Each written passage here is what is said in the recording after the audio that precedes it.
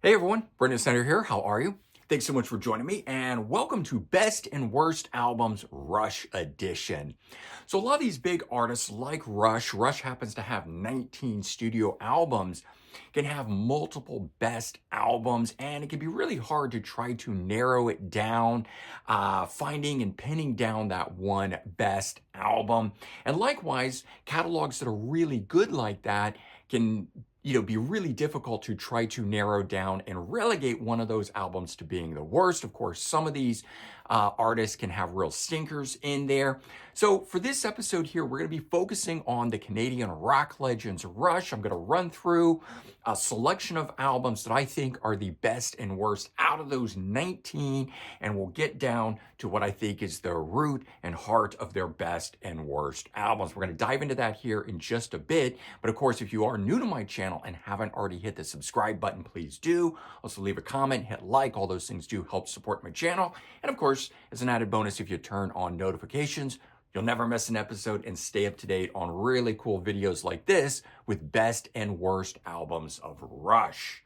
So first up, we're going to talk about the best albums from the band, and we're going to go to one that is a personal favorite of mine, Roll the Bones, 1991. This was their 14th studio album when it came out.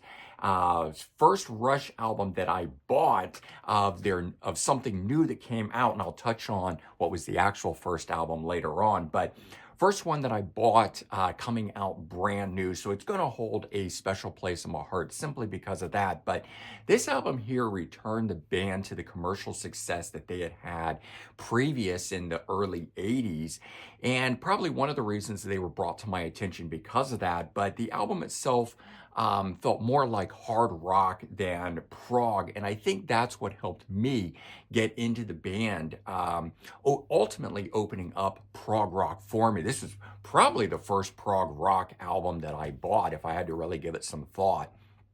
Next would probably be a Yes album, but obviously starting with those more commercially popular ones. The hit Dreamline that's on it is the one that really snagged me, pulled me in. That was the one that made me check them out and go buy this album. But the other singles that came off of it, the title track Roll the Bones and Ghost of a Chance, are really good too.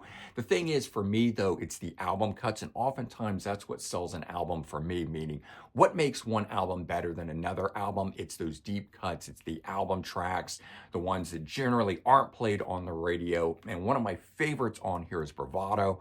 That song is, in my opinion, one of their absolute best. Where's My Thing, which was an instrumental track and probably one of the best ones they ever did, and Neurotica. So just a lot of great tracks, but all in all, I think this album here is one of the best, and I love it in terms of a good driving album. It's one of those ones I can put on for road trips, and I'll just play it over and over several times because it is that good. Okay, another album considered for one of their best was Signals, 1982, their ninth studio album. This one here being the follow-up to Moving Pictures, the super big album that was. And what I found interesting is that this album here is one that was prepared during sound checks, written on the road during the Moving Pictures tour. They were writing this, and it just goes to show you how in the zone the band was to be able to be out touring for what would ultimately become one of their biggest albums ever, and yet at the same time be putting together material that would turn out to be so good on this. And the album itself does emphasize synthesizers, and despite some people criticizing it, I think that was a change that the band made from their earlier sound that was able to do a really great transition. Not a lot of bands can do that, but Rush was one of those bands that when adding the keyboards and synthesizers, and they were slowly doing that throughout their catalog and certainly culminating with it in the 80s, but they were able to do it to the benefit of the music and not the detriment of it, at least in my opinion. Lots of killer standout tracks on this one. Again, Subdivisions, Analog Kid, New World Man, Countdown. Just so many good tracks on this. Another one that is really good from start to finish. And while being a new direction for the band with the synthesizers and everything put to the forefront on this, I do think that it is an extremely consistent listen throughout, which is why I think that it's one of their best albums. Another one for consideration, 2112 from 1976. This one here being the recent reissue that they did, which has the alternate album art and everything for it. But this one here has sold 3 million copies in the US, certainly a big album for the band.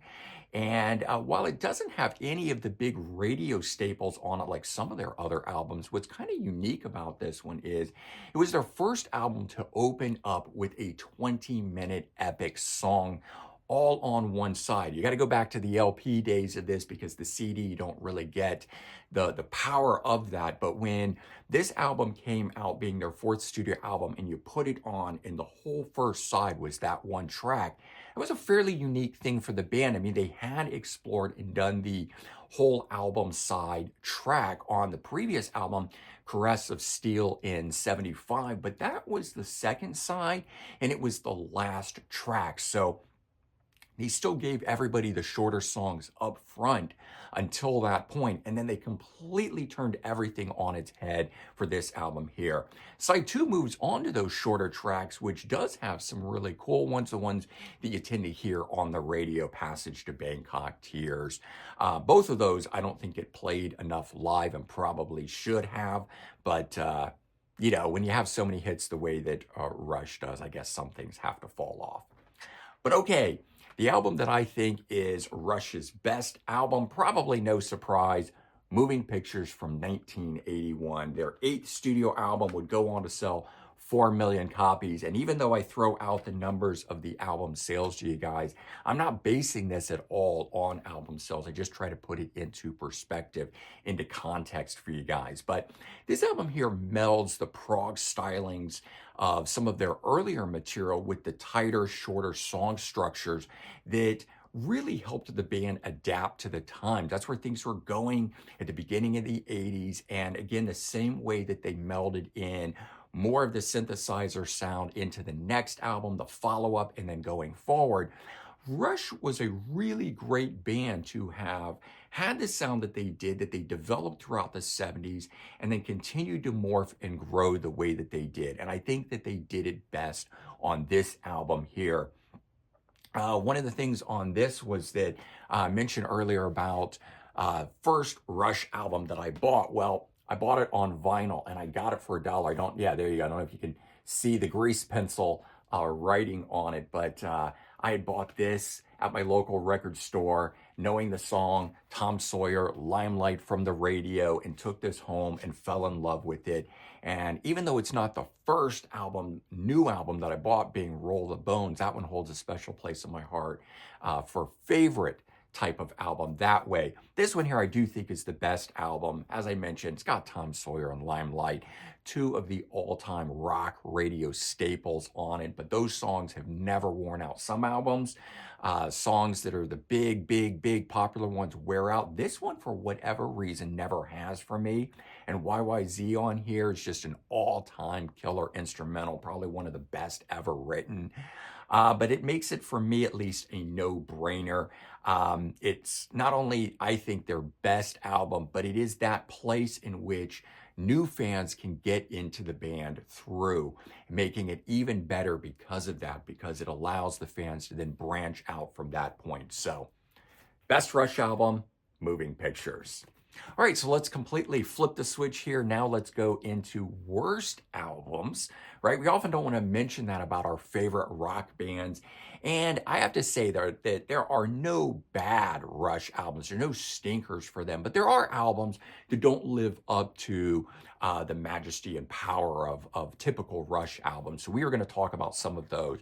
And we're going to kick off with one that I actually do like a lot. But I've definitely been, or was considering this one here for worst album. Test for Echo from 1996, 16th studio album from the band. coming from my favorite era of the group, the 90s output that the band did, kicking off in 91 with Roll the Bones, and then the absolute excellent counterpart in 1993, followed up by this one in 96. But this one here, I think, is the worst of that trilogy. It just, the band sounds very tired on it, very uninspired album, if you will. Lyrically, it's very repetitive. Just listen to the title track on here. It's not as deep lyrically and content-wise as other albums. And so I find myself feeling that the album is very kind of mundane. It's not very strong. I get bored with it, despite it having the sound musically of the era that I like, of those, the Roll the Bones counterparts material, which I thought was absolutely some of their most stellar output. This one here, just not very strong content-wise, and so unfortunately, I'm relegating it as one of their worst albums. Now, another one that was considered for worst album, Vapor Trails from 2002, 17th studio album, and first release in 6 years as the follow-up to Test for Echo. So if you can imagine me as a fan, let's put these in the right order. Test for Echo, I gotta wait 6 years, and then, Vapor Trails comes out, and it was just sort of like, not very good. And then this one here, and I'm gonna explain why, but Vapor Trails was the first album since Caress of Steel in 75 that didn't use any keyboards on it. And I get why they did it. At the end of the late 90s, early 2000, bands were ditching the keyboards, the synthesizers, as a way to distance themselves from that 80s moniker. And Rush was so synonymous with that I also understand why they wanted to do that. Things were in a very much stripped down approach. So you do have to think about the context of the time and all that was going on and why this album was made. But this album here, I think with the removal of the synthesizers and keyboards, did not make the material as strong as previous releases, and so it was a detriment to removing it from their sound after having had it in so long. Still, album opener, One Little Victory, I think, is a really good, strong track, and had that been the only track done like that, so few like that on Counterparts, I think it would have been fine, but they did that throughout, and so it became very repetitive sounding. The album for me doesn't vary much in terms of its overall tone and sound, and again, I get sort of bored with it. And years later, the band went in and remixed the album, and I was really hoping that it was going to fix a lot of the things that I didn't like about it. And I have to say, for the exception of it sounding a bit more brighter, it really didn't change anything. And all in all, I still feel the album is very bland, just not overly exciting to listen to, and one of the reasons that I think it's one of their worst albums. Now, what is Rush's worst album? Might get some backlash for this, I don't know. Caress of Steel, 1975, their third studio album. Talked a little bit earlier about it. Actually, I've mentioned it a couple different times in things here. Follow up to the excellent high water mark that was Fly By Night, which was also 1975. And it built upon the debut, which came out in 74. So if you think about it, the third album in a very short run, I just think that they probably rushed it, and yes, probably pun intended. The album starts off strong with the song Bastille Day, but track number 2 is very mundane, kind of silly almost. Maybe it's just the title, the lyrical content. I think I'm going bald. Maybe I just don't like it because of that. I don't know. But I've never liked it. I mean, I didn't like it back when I was a kid either. And it just, not a lot of depth, not a lot of power, the way other albums, have. Falls short a bit for me. I don't like the second side, the full album track that's on it. But all in all, it doesn't seem like the band has found their footing yet after the debut. Building on that and going into Fly By Night, which I thought was excellent, they seem to have a real misstep with this album here. And maybe if I had grown up with it, maybe if you were back in the day with it, it holds in a higher place for you. But as somebody who went back in the catalog, who got into the band much later on, this is one that I've never really been able to get into.